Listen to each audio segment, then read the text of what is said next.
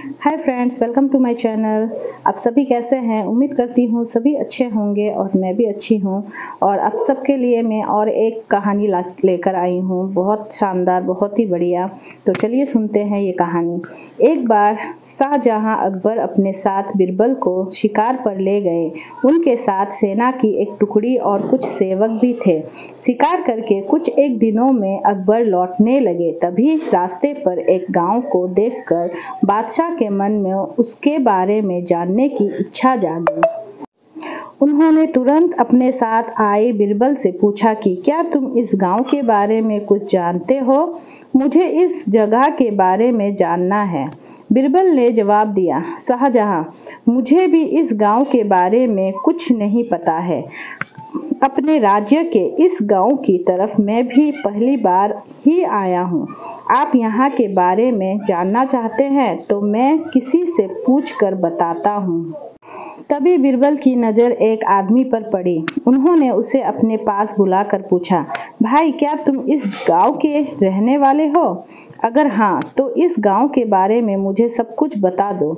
यहाँ सब बढ़िया तो चल रहा है ना? वो आदमी बीरबल के सवालों का जवाब दे ही रहा था कि उसकी नज़र बादशाह पर पड़ गई। उसने उन्हें पहचान लिया, फिर बोला कि साहब, आप लोगों के राज में यहाँ कुछ खराब कैसे हो सकता है? यहाँ सब कुछ बढ़िया है।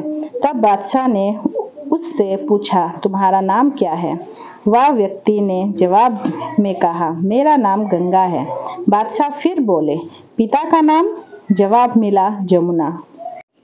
इतना सुनकर बादशाह ने पूछा कि फिर तो जरूर तुम्हारी माँ का नाम सरस्वती होगा। उसने कहा, नहीं हुजूर, मेरी माँ का नाम नर्मदा है। इन सभी बातों को सुनकर बीरबल को हंसी आ गई और उन्होंने मजाकिया अंदाज से कहा, बादशाह, अब यहाँ से आगे बढ़ना सही नहीं होगा। यहाँ सारी नदियाँ हैं, आपके पास नाव भी नहीं है, तो आगे मत जाइए। आगे बढ़ने के लिए नाव का होना जरूरी है, नहीं तो डूबने का डर बना रहेगा और यहाँ ज़्यादा देर रुके तो सब कुछ बह जाएगा। बीरबल की यह बात सुनकर बादशाह को भी जोर से हंसी आ गई।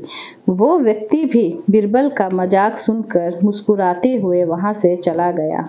कहानी से सीख, हर दम व्यक्ति को गंभीर रहने की जरूरत नहीं होती है, हंसी मजाक करना भी जरूरी है। तो दोस्तों, यहाँ पर खत्म होती है मेरी ये कहानी। तो आप सबको कैसी लगी कमेंट पर ज़रूर लिखिए और मेरे चैनल को सब्सक्राइब, लाइक और शेयर करना ना भूलें। तो मिलती हूँ अगली कहानी के साथ, तब तक के लिए बाय बाय दोस्तों।